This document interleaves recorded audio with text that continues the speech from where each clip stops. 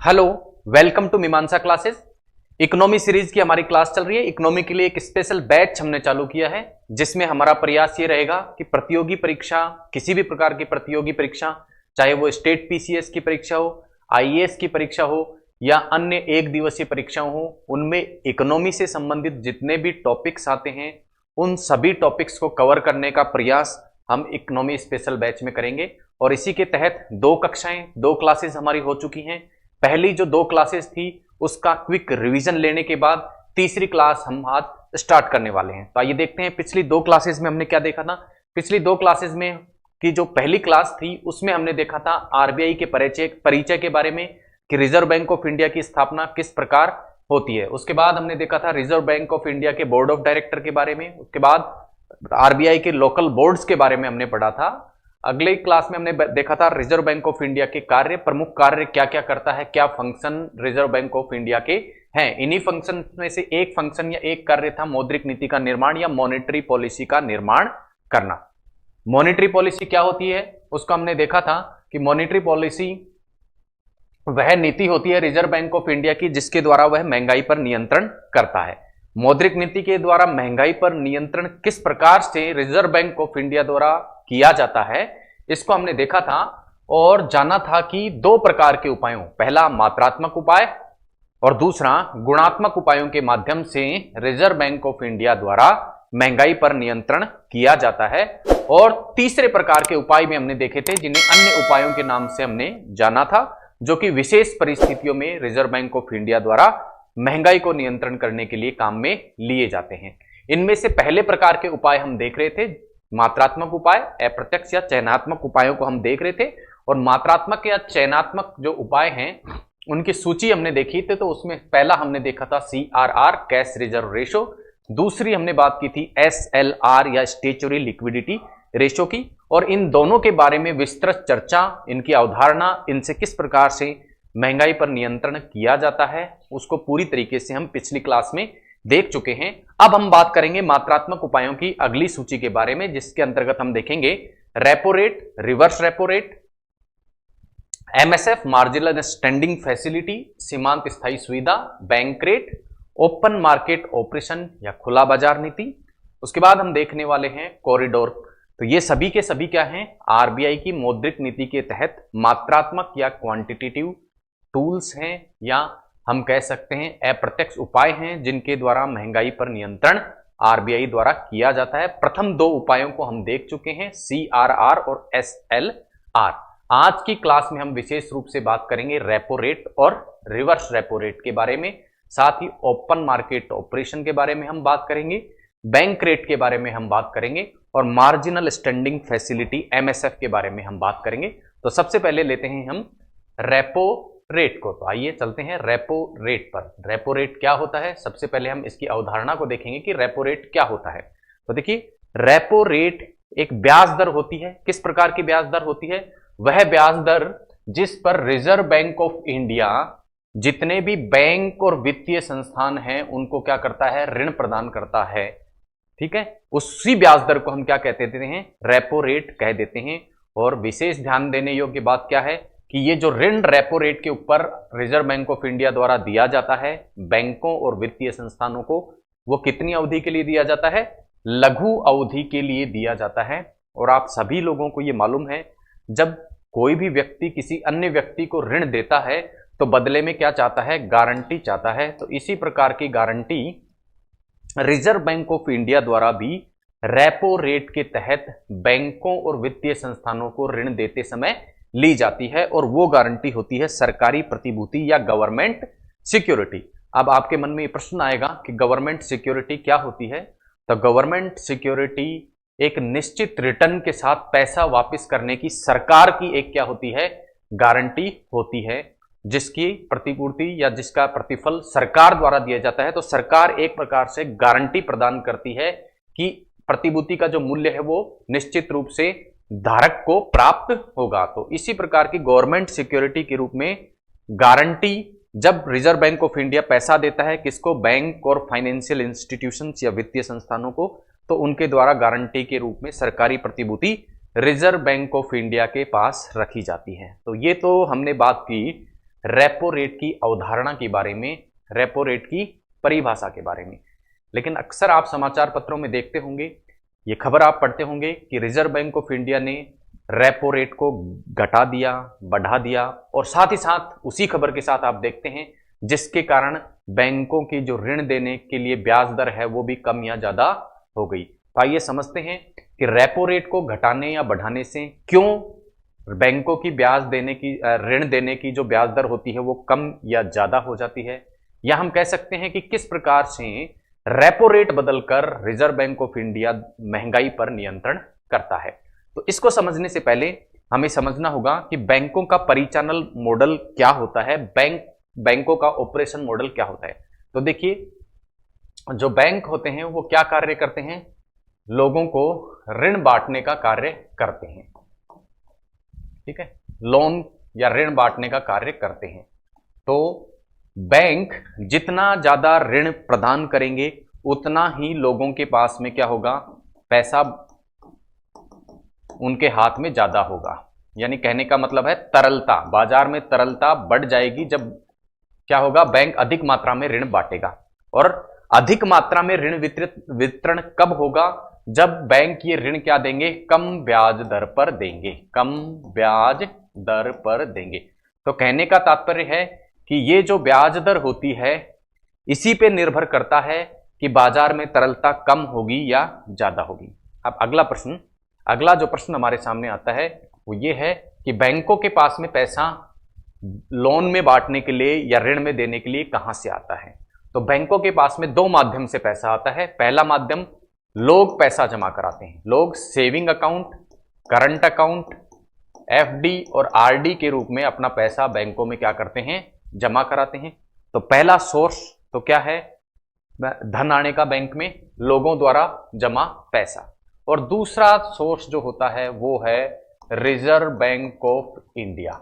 Reserve Bank of India कुछ शर्तों के साथ में इन बैंकों को और साथ ही साथ वित्तीय संस्थानों को क्या करता है, ऋण प्रदान करता है। तो जितनी मात्रा में saving account, current account, FD, RD के रूप में बैंकों में पैसा आएगा और जितनी मात्रा में आरबीआई से बैंकों की तरफ पैसा आएगा उतना ही मात्रा में बैंकों के पास में ऋण देने के लिए पैसा बढ़ जाएगा।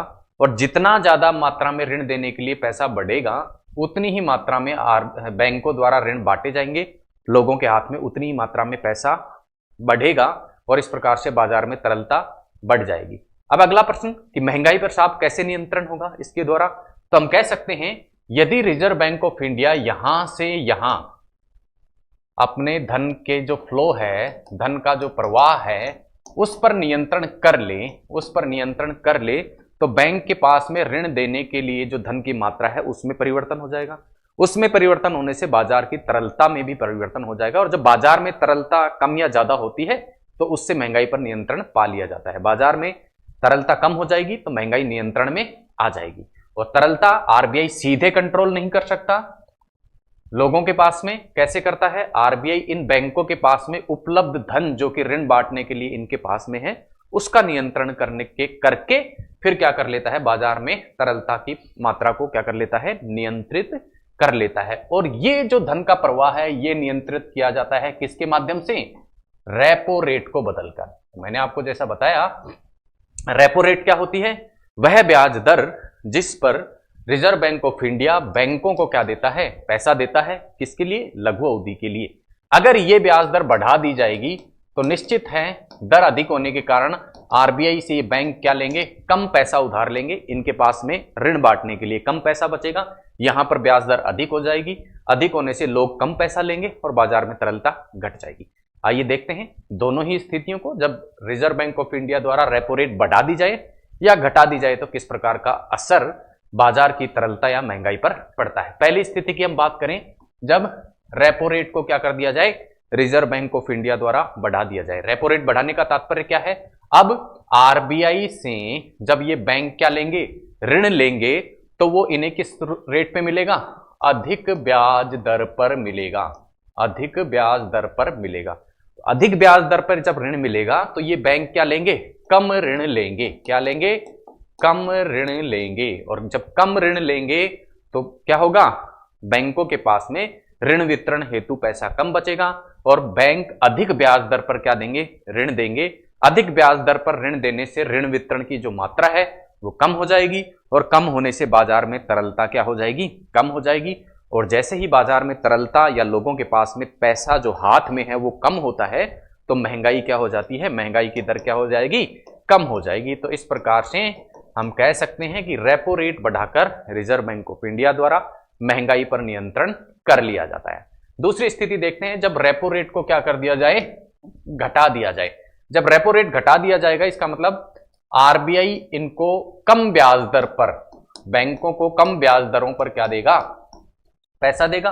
कम ब्याज दर पर जब आरबीआई से पैसा मिलेगा तो बैंक अधिक मात्रा में क्या लेंगे, पैसा लेंगे, अधिक मात्रा में ऋण लेंगे। अधिक मात्रा में जब ऋण लेंगे तो इनके पास में जो ऋण बांटने के लिए धन है उसकी मात्रा बढ़ जाएगी और जब धन की मात्रा बढ़ जाएगी तो कम ब्याज दर पर पैसा बांटना चालू कर देंगे, कौन, बैंक और वित्तीय संस्थान। और जैसे ही कम ब्याज दर पर पैसा बांटना चालू कर देंगे तो अधिक से अधिक लोग ऋण लेंगे बैंकों से और लोगों के पास में, लोगों के हाथ में पैसा बढ़ जाएगा। जब लोगों के हाथ में पैसा बढ़ जाता है तो स्थिति कैसी हो जाती है, महंगाई की, चीजों के दाम क्या हो जाते हैं, बढ़ जाते हैं। तो इस प्रकार यदि रेपो रेट को घटा दिया जाए तो बाजार में महंगाई बढ़ जाएगी, बाजार में मुद्रास्फीति की दर बढ़ जाएगी। ये दोनों प्रकार के प्रभाव हमने देखे कि रेपो रेट को बढ़ाने से और घटाने से किस प्रकार का प्रभाव बाजार की तरलता या महंगाई पर पड़ता है। आगे चलते हैं और अब दूसरा मात्रात्मक उपायों की बात हम कर रहे थे। मात्रात्मक उपायों की सूची में पहला उपाय हमने देखा था सीआरआर, दूसरा हमने देखा था एसएलआर स्टैट्यूटरी लिक्विडिटी रेशो और तीसरा जो उपाय था वो देखा हमने रेपो रेट। अब हम देखने वाले हैं चौथा उपाय जो कि है रिवर्स रेपो रेट। अब देखिए, जैसे रेपो रेट क्या था, वह ब्याज दर थी जिस पर आरबीआई बैंक और वित्तीय संस्थानों को पैसा उधार देता है। इसी प्रकार बैंक और वित्तीय संस्थान भी आरबीआई को पैसा उधार देते हैं।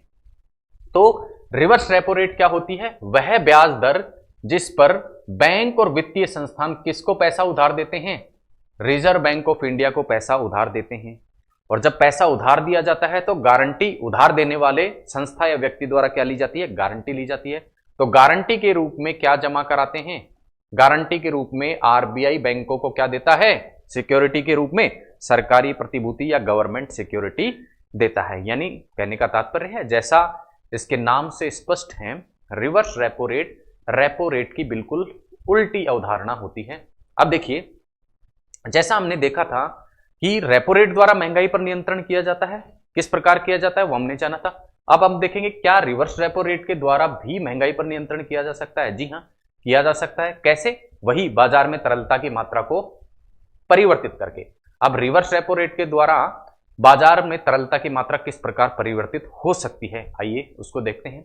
देखिए, रिवर्स रेपो रेट का हमने देखा, वह ब्याज दर जिस पर बैंक और वित्तीय संस्थान क्या करते हैं, ऋण प्रदान करते हैं, गारंटी के रूप में सरकारी प्रतिभूति लेते हैं। अब दो स्थिति हम देखेंगे। पहली स्थिति, यदि रिवर्स रेपो रेट को क्या कर दिया जाता है, रिजर्व बैंक ऑफ इंडिया द्वारा क्या कर दिया जाता है, बढ़ा दिया जाता है। अब देखिए, यदि रिवर्स रेपो रेट को बढ़ा दिया गया, इसका तात्पर्य क्या होगा कि बैंक और वित्तीय संस्थान अधिक ब्याज दर पर क्या करेंगे, आरबीआई को पैसा देंगे। अधिक ब्याज दर पर आरबीआई को अधिक ऋण देंगे। बैंक, फाइनेंशियल इंस्टीट्यूशन आरबीआई को अधिक ब्याज दर पर क्या देंगे, ऋण देंगे। और जब यहां से अधिक ब्याज दर इनको मिल रही है आरबीआई से, तो ये ज्यादा से ज्यादा अपना पैसा कहां रखने की कोशिश करेंगे, रिजर्व बैंक ऑफ इंडिया के पास रखने की कोशिश करेंगे। क्यों, रिवर्स रेपो रेट बढ़ी हुई है, यानी इनको अपना पैसा आरबीआई के पास रखने में अधिक ब्याज मिल रहा है। और अधिक ब्याज जब मिल रहा है तो निश्चित रूप से ये पैसा चूंकि आरबीआई के पास में सुरक्षित भी रह रहा है और ब्याज दर भी उच्च मिल रही है, तो निश्चित रूप से बैंक अपना पैसा कहां जमा रखेंगे, आरबीआई में रखना पसंद करेंगे।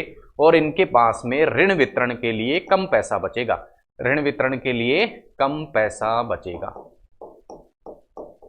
और कुल मिलाकर होगा क्या, जब ऋण वितरण के लिए कम पैसा बचेगा तो अधिक ब्याज दर पर ऋण का वितरण किया जाएगा। और अधिक ब्याज दर पर जब ऋण का वितरण किया जाता है तो लोग कम मात्रा में ऋण लेंगे। कम मात्रा में ऋण लेंगे तो लोगों के हाथ में पैसा क्या हो जाएगा, कम हो जाएगा। और जब पैसा कम हो जाएगा तो बाजार में तरलता घट जाएगी और इस प्रकार बढ़ी हुई महंगाई वापस नीचे आ जाएगी। ये बात करी हमने रिवर्स रेपो रेट के बढ़ने के प्रभाव के बारे में। अब हम बात करते हैं रिवर्स रेपो रेट को यदि घटा दिया जाए, कम कर दिया जाए तो उसका क्या प्रभाव होगा। बिल्कुल उल्टा प्रभाव होगा जो रिवर्स रेपो रेट के बढ़ने से हुआ था उसके। देखिए, अब बैंक और आरबीआई जब रिवर्स रेपो रेट को घटा दिया जाएगा तो बैंक आरबीआई के पास में जब पैसा रखेंगे तो इन्हें कम ब्याज प्राप्त होगा, और जब कम ब्याज प्राप्त होगा तो बैंकों को यह पसंद नहीं होगा कि वो अपना पैसा रिजर्व बैंक ऑफ इंडिया के पास में रखें। तो इस पैसे को वो रिजर्व बैंक ऑफ इंडिया के पास रखने की जगह किस में प्रयोग में लेंगे, ऋण वितरण या लोन बांटने में क्या करेंगे, प्रयोग में लेंगे।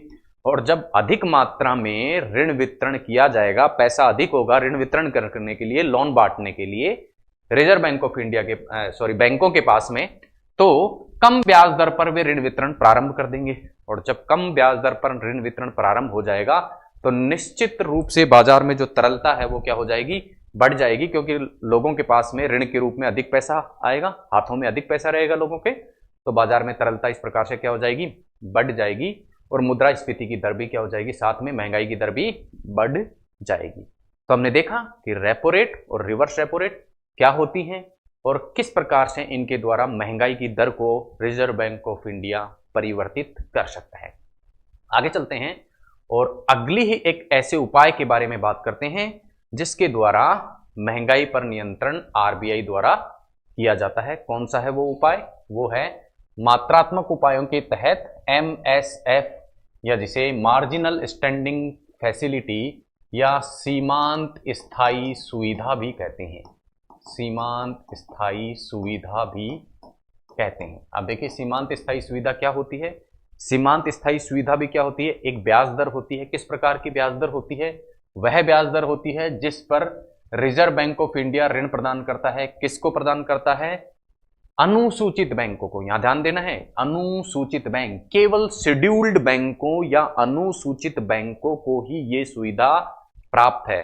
सभी बैंकों को MSF के अंतर्गत रिजर्व बैंक ऑफ इंडिया द्वारा ऋण प्रदान नहीं किया जाता। केवल किनको किया जाता है, शेड्यूल्ड या अनुसूचित बैंकों को ऋण प्रदान किया जाता है। किस अवधि के लिए, लघु अवधि के लिए। और प्राय ये लघु अवधि कितनी होती है, एक रात के लिए ये पैसा प्रदान किया जाता है।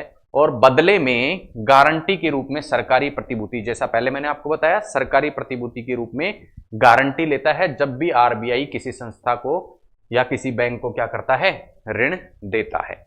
और विशेष ध्यान देने योग्य बात यह है कि MSF के अंतर्गत जो पैसा बैंक द्वारा उधार लिया जाता है वो अधिकतम कितना लिया जा सकता है, 1%। अधिकतम कितना लिया जा सकता है, 1% एक्स्ट्रा, 1% लिया जा सकता है। किसका, SLR कोटा की। SLR कोटा, SLR क्या होता है, स्टेचुरी लिक्विडिटी रेशो, सांविधिक तरलता अनुपात, जो कि बैंकों को अपने पास में नगद के रूप में रखना होता है। SLR क्या होता है, पिछली क्लास में हम अच्छे से समझ चुके हैं, लेकिन सामान्य शब्दों में हम समझें तो SLR बैंकों की कुल जमा का वह भाग होता है जो उसे सोने के रूप में, नगद के रूप में या सरकारी प्रतिभूति के रूप में रखना होता है। अब MSF के तहत क्या किया जा सकता है, SLR कोटा की 1% प्रतिभूति भी गारंटी के रूप में प्रयोग की जा सकती है। कहने का तात्पर्य क्या हुआ, जैसा मैंने आपको बताया, आरबीआई जब जब क्या करेगा, पैसा देगा बैंकों को, तो बदले में क्या लेता है, सिक्योरिटी लेता है। और वो सिक्योरिटी किस रूप में बैंकों द्वारा दी जाती है, गवर्नमेंट सिक्योरिटी या सरकारी प्रतिभूति के रूप में। अब जो अदर बैंक्स हैं, बाकी के जो बैंक हैं, उन्हें MSF की सुविधा प्राप्त नहीं है, केवल अनुसूचित बैंकों को प्राप्त है। और ऐसी सुविधा प्राप्त करने के लिए जहां अन्य बैंक अपने SLR कोटा की, SLR कोटा क्या, कुल जमा का वह भाग जो सोने, नगद और सरकारी प्रतिभूति के रूप में रखना होता था बैंक को, और उसका उपयोग वे कहीं भी नहीं कर सकते थे। लेकिन MSF के अंतर्गत बैंक इस SLR कोटा की 1% राशि का प्रयोग क्या कर सकते हैं, यहां गारंटी देने के लिए कर सकते हैं। अब हम बात करें कि MSF के तहत ब्याज दर क्या होती है, किस ब्याज दर पर पैसा आरबीआई देता है बैंकों को, तो वो होती है जो रेपो रेट उस समय प्रचलित होती है उसमें 1% यदि हम जोड़ दें। तात्पर्य, यदि रेपो रेट 4% है तो एमएसएफ की रेट क्या हो जाएगी 4 + 1 = 5%। और न्यूनतम राशि जो कोई भी बैंक आरबीआई से एमएसएफ के तहत ले सकता है वह है 1 करोड़ रुपए, 1 करोड़ रुपए। और अधिकतम जो होती है वो डिपेंड करती है एसएलआर पर, बैंक के एसएलआर कितना है, स्टेचुरी लिक्विडिटी रेशो कितना है, उस पर निर्भर करती है। ये बात करी एमएसएफ की। अब वही हम देखेंगे कि एमएसएफ अवधारणा को हमने समझा, अब हम देखेंगे कि एमएसएफ द्वारा महंगाई पर नियंत्रण किस प्रकार से। देखिए एमएसएफ क्या है, ब्याज दर हमने देखा, किस प्रकार की ब्याज दर, वह ब्याज दर जिस पर आरबीआई अनुसूचित बैंकों को क्या देता है, पैसा उधार देता है। अब आरबीआई यदि अनुसूचित बैंकों या शेड्यूल्ड बैंकों को अधिक ब्याज दर पर पैसा उधार देगा तो ये कम से कम पैसा रिजर्व बैंक ऑफ इंडिया से लेंगे, अर्थात इनके पास में बांटने के लिए, ऋण वितरण के लिए कम मात्रा में पैसा होगा।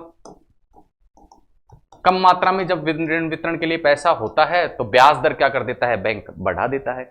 ब्याज दर जब बढ़ गई तो ऋण जो वितरण किए जाएंगे उनकी मात्रा घट जाएगी, और जब घट जाएगी तो लोगों के पास में पैसा घट जाएगा, बाजार में तरलता घट जाएगी और इस प्रकार महंगाई वापस नीचे आ जाएगी।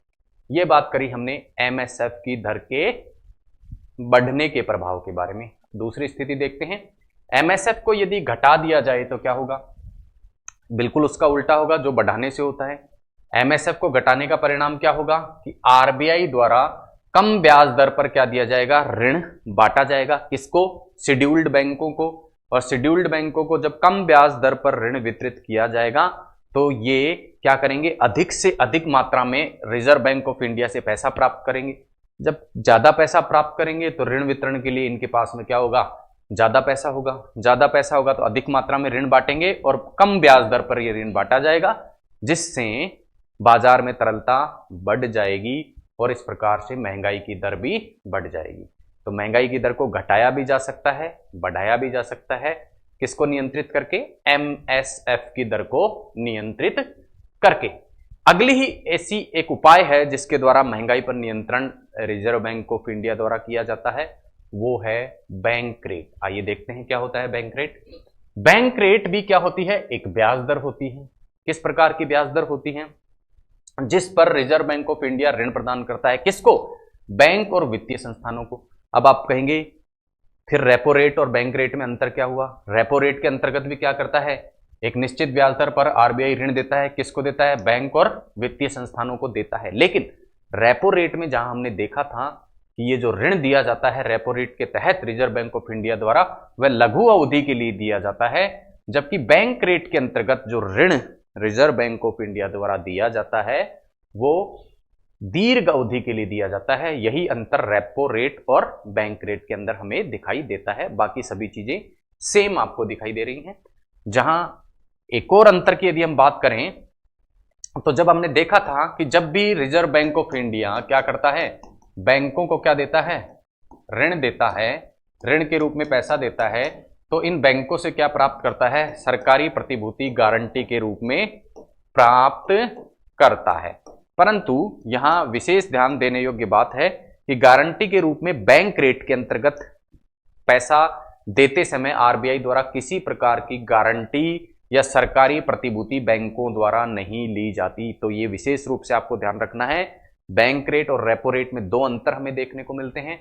रेपो रेट में जहां पैसा आरबीआई द्वारा लघु अवधि के लिए बैंकों को दिया जाता है, जबकि बैंक रेट के अंतर्गत कैसे दिया जाता है, दीर्घ अवधि के लिए पैसा प्रदान किया जाता है। जहां रेपो रेट के अंतर्गत रिजर्व बैंक ऑफ इंडिया जब पैसा देता है तो बदले में गारंटी के रूप में सरकारी प्रतिभूति लेता है, लेकिन यहां सरकारी प्रतिभूति नहीं ली जाती। तो ये दो अंतर हमें बैंक रेट और रेपो रेट में देखने को मिले। अब हम बात करेंगे कि बैंक रेट के द्वारा महंगाई पर नियंत्रण किस प्रकार से रिजर्व बैंक ऑफ इंडिया करता है। देखिए जैसा मैंने आपको बताया, आरबीआई द्वारा एक ब्याज दर होती है जिस पर ऋण दिया जाता है बैंक रेट के तहत। यदि इस ब्याज दर को बढ़ा दिया जाए, यानी बैंक रेट को क्या कर दिया जाए, बढ़ा दिया जाए, तो अधिक ब्याज दर पर पैसा रिजर्व बैंक ऑफ इंडिया उधार देगा, किसको, बैंकों को और वित्तीय संस्थानों को। जब अधिक ब्याज दर पर पैसा उधार दिया जाएगा तो ये बैंक क्या लेंगे, कम मात्रा में उधार पैसा लेंगे, और जब कम मात्रा में पैसा उधार लेंगे तो इनके पास में क्या हो जाएगी, इनके पास में क्या हो जाएगी, कम बचेगा पैसा किसके लिए? बांटने के लिए, ऋण के रूप में। और जब कम पैसा ऋण के रूप में बांटने के लिए बचेगा तो जो ब्याज दर है वो क्या कर देगा? बढ़ा देगा। अधिक ब्याज दर पर क्या करेगा? पैसा ऋण के रूप में बैंक बांटेगा।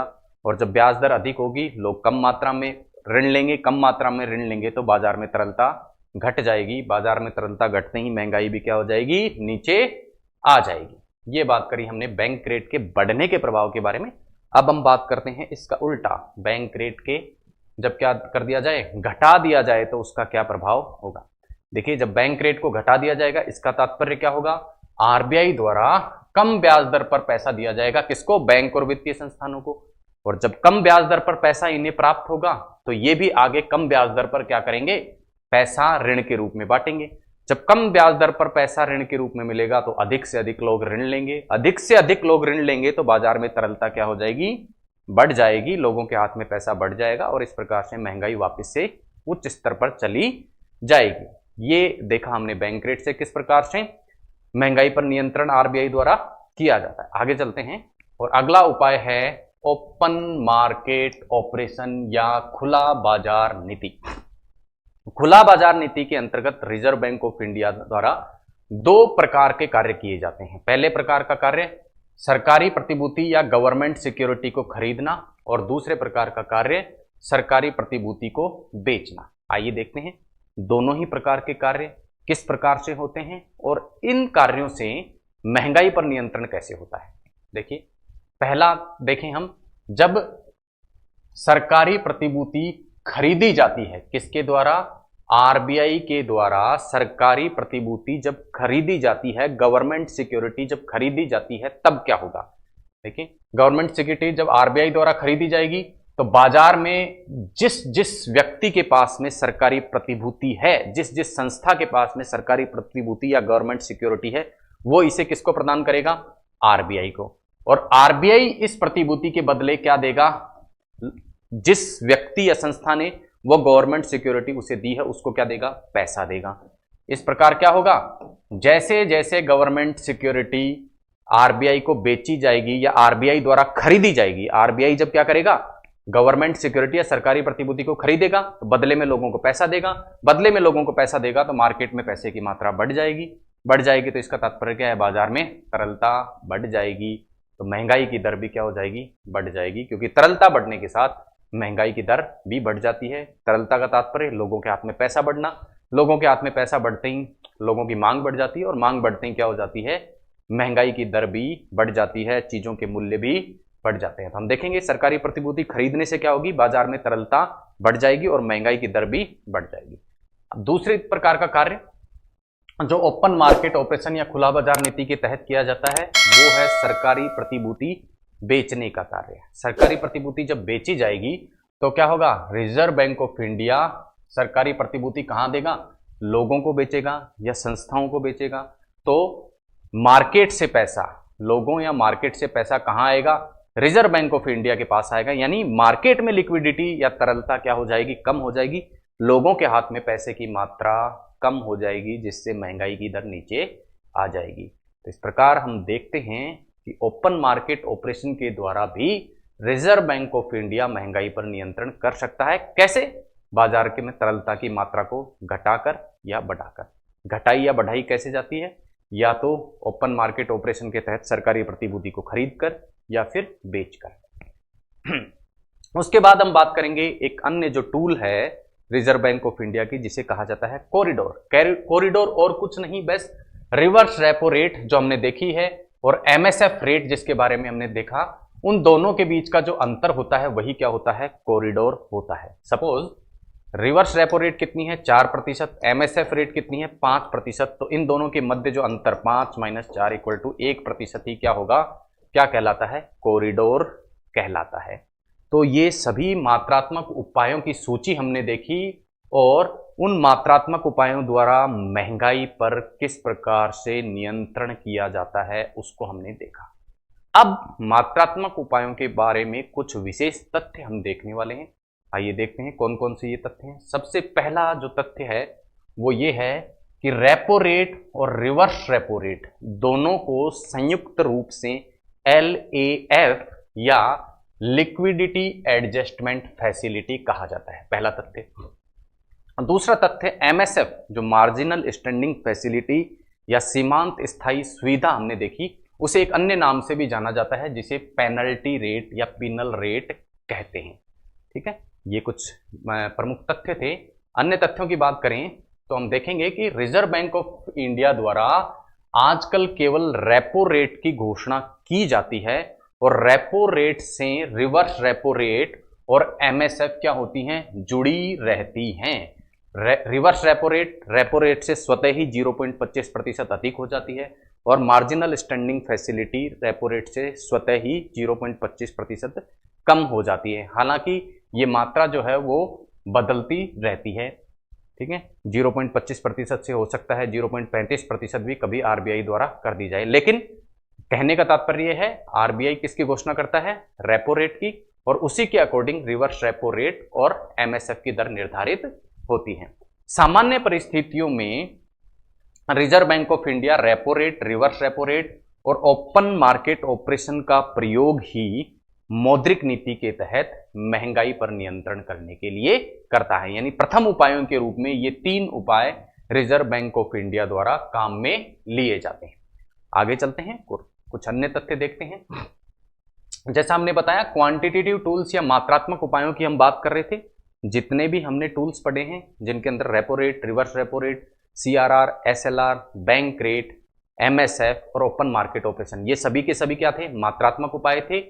ये बाजार की तरलता को धीरे धीरे बदलते हैं, यानी महंगाई पर धीरे धीरे प्रभाव डालते हैं। इसी कारण इन्हें क्या कहा जाता है, मात्रात्मक उपाय या अप्रत्यक्ष उपाय भी कहा जाता है। अगला तथ्य मात्रात्मक उपायों के बारे में, जैसा हमने देखा था मात्रात्मक उपायों की सूची के अंतर्गत कौन कौन से उपाय हमने देखे, रेपो रेट हमने देखा, रिवर्स रेपो रेट हमने देखा, एमएसएफ हमने देखा, बैंक रेट हमने देखा, इसी के साथ साथ हमने सीआरआर और एसएलआर को देखा, और एक उपाय हमने देखा ओपन मार्केट ऑपरेशन। ये सभी मात्रात्मक उपाय हैं मौद्रिक नीति के। इन उपायों में से केवल और केवल जो एसएलआर है, इस एसएलआर का वर्णन बैंकिंग रेगुलेशन एक्ट 1949 के तहत किया गया है, जबकि बाकी के जो अन्य उपाय हैं एसएलआर के अतिरिक्त उन सभी का वर्णन आरबीआई एक्ट 1934 में किया गया है। अगला तथ्य, एमएसएफ के माध्यम से बैंक द्वारा अपने कुल एनडीटीएल का केवल 1% तक ही क्या करा जा सकता है, उधार लिया जा सकता है। एमएसएफ या मार्जिनल स्टैंडिंग फैसिलिटी के तहत हमने देखा था कि bank reserve Bank of India से पैसा उधार लेते हैं, लेकिन उस उधार लेने की अधिकतम मात्रा क्या है, बैंक के कुल एनडीटीएल यानी बैंक के कुल पैसा जो जमा बैंक के पास में है उसके 1% तक की राशि ही कहां से ले सकते हैं, एमएसएफ के माध्यम से bank reserve Bank of India से ऋण के रूप में प्राप्त कर सकते हैं। ये हमने कुछ बातें की किसके संबंध में, मात्रात्मक उपायों के संबंध में। अब जबकि हम सभी अवधारणा मात्रात्मक उपायों की समझ चुके हैं और देख चुके हैं कि किस मात्रात्मक उपाय में किस प्रकार का परिवर्तन करने से क्या प्रभाव मुद्रास्फीति पर पड़ेंगे, तो आइए देखते हैं। जब मुद्रास्फीति की स्थिति हो जाती है तो आरबीआई के क्या प्रयास रहते हैं। देखिए, जब भी मुद्रास्फीति या महंगाई की दर बढ़ती है, इसका तात्पर्य क्या है, लोगों के पास में पैसे की मात्रा बढ़ गई है, इसलिए वे अधिक दाम चुकाने को तैयार हैं चीजों के। इसी कारण महंगाई बढ़ी हुई है, इसी कारण दाम बढ़े हुए हैं, और ऐसे में आरबीआई क्या प्रयास करेगा कि लोगों के पास में क्या कर दिया जाए, पैसे की मात्रा को घटा दिया जाए, तरलता को घटा दिया जाए। उसके लिए बाजार में तरलता कम करने के प्रयास रिजर्व बैंक ऑफ इंडिया द्वारा किए जाएंगे, और इन प्रयासों के तहत रिजर्व बैंक ऑफ इंडिया क्या क्या कार्य करेगा, सीआरआर को बढ़ा देगा। अब सीआरआर बढ़ाने से कैसे महंगाई नियंत्रण में आएगी, नीचे वापस कैसे आ जाएगी, तरलता कम कैसे होगी, इसको हम क्लास में अच्छे से समझ चुके हैं। तो जब तरलता कम करनी हो तो रिजर्व बैंक ऑफ इंडिया किस किस को बढ़ा देगा, सीआरआर को बढ़ा देगा, एसएलआर को बढ़ा देगा, रेपो रेट को बढ़ा देगा, रिवर्स रेपो रेट को बढ़ा देगा, एमएसएफ को बढ़ा देगा, बैंक रेट को बढ़ा देगा, और साथ ही साथ ओपन मार्केट ऑपरेशन के तहत क्या करेगा, सरकारी प्रतिभूति की रिजर्व बैंक ऑफ इंडिया क्या करेगा, बिक्री करेगा। और इस प्रकार की मौद्रिक नीति जब रिजर्व बैंक ऑफ इंडिया द्वारा अपनाई जाती है, जिसके तहत वह बाजार में तरलता को कम करने का प्रयास करता है तो उस मौद्रिक नीति को टाइट या कॉन्ट्रेडरी मॉनेटरी पॉलिसी या संकुचनशील मौद्रिक पॉलिसी कहते हैं, या इसे डियर पॉलिसी भी कहा जाता है। कहने का तात्पर्य क्या है? इस स्थिति में रिजर्व बैंक ऑफ इंडिया बाजार में या लोगों के पास में पैसा घट जाए उस प्रकार के उपाय अपनाता है, और उस प्रकार के उपाय संकुचनशील मौद्रिक नीति के तहत आते हैं। दूसरी स्थिति जो कि इसकी बिल्कुल पलट स्थिति होगी, जब मुद्रा अस्फीति की स्थिति हो, अर्थात महंगाई की दर क्या हो जाए, बहुत कम हो जाए। बाजार में महंगाई की दर या देश में महंगाई की दर जब बहुत कम हो जाए तो उसका प्रभाव क्या होगा? अर्थव्यवस्था में सुस्ती आ जाती है। उस सुस्ती को दूर करने के लिए रिजर्व बैंक ऑफ इंडिया क्या प्रयास करता है? लोगों के पास में पैसा बढ़ाने का प्रयास करता है, बाजार में तरलता बढ़ाने का प्रयास करता है, और उस स्थिति में प्रसारशील या expansionary monetary policy Reserve Bank of India द्वारा अपनाई जाती है, जिसके तहत बाजार की तरलता को बढ़ाने का प्रयास किया जाता है। और ये प्रयास कैसे करे जाते हैं? कुछ चीजों को या कुछ दरों को घटा दिया जाता है। कौन कौन सी दरों को घटा दिया जाता है? CRR को घटा दिया जाता है, SLR को घटा दिया जाता है, रेपो रेट को घटा दिया जाता है, रिवर्स रेपो रेट को घटा दिया जाता है, MSF को घटा दिया जाता है, और बैंक रेट को घटा दिया जाता है। साथ ही साथ ओपन मार्केट ऑपरेशन या खुला बाजार नीति के तहत सरकारी प्रतिभूति की रिजर्व बैंक ऑफ इंडिया द्वारा क्या की जाती है? खरीदारी की जाती है। और इन सब उपायों से बाजार में तरलता किस प्रकार से बढ़ जाती है उसको हम क्लास में पहले देख चुके हैं। तो ये कुछ उपाय हैं जो महंगाई की दर के आधार पर रिजर्व बैंक ऑफ इंडिया द्वारा क्या कराए जाते हैं? काम में लिए जाते हैं। अब हम बात करेंगे तरलता और मुद्रास्फीति कब बढ़ते हैं व ब्याज दर कब कम होते हैं। तो देखिए, तरलता, मुद्रास्फीति कब बाजार में बढ़ जाते हैं और ब्याज दर बाजार में कब कम हो जाती है, ऐसी कौन कौन सी परिस्थितियां होती हैं उसके बारे में हम बात करने वाले हैं। दो प्रकार की, पहली प्रकार की अगर हम ऐसी स्थिति देखें, जब CRR को कम कर दिया जाएगा, SLR को कम कर दिया जाएगा, रेपो रेट को कम कर दिया जाएगा, रिवर्स रेपो रेट को कम कर दिया जाएगा, MSF को कम कर दिया जाएगा और बैंक रेट को कम कर दिया जाएगा, उस स्थिति में साथ ही साथ ओपन मार्केट ऑपरेशन के तहत जब रिजर्व बैंक ऑफ इंडिया द्वारा खरीदी की जाएगी किसकी? सरकारी प्रतिभूति की, उस स्थिति में बाजार में क्या हो जाएगी? तरलता बढ़ जाएगी। और जब बाजार में तरलता बढ़ जाएगी तो मुद्रास्फीति की दर भी क्या हो जाएगी? कम हो जाएगी। और साथ ही साथ ऋण कम ब्याज दर पर ऋण क्या हो जाएगा? लोगों को उपलब्ध होगा। तो कहने का तात्पर्य है इन सभी दरों को घटाकर बाजार में तरलता जब क्या हो जाती है? बढ़ जाती है, या मुद्रास्फीति बढ़ जाती है, तो इस प्रकार के उपाय RBI द्वारा किए जाते हैं। इससे उलट स्थिति हम देखें, तरलता और मुद्रास्फीति कब कम हो जाते हैं और ब्याज दर कब अधिक हो जाता है। ब्याज दर कब अधिक हो जाता है?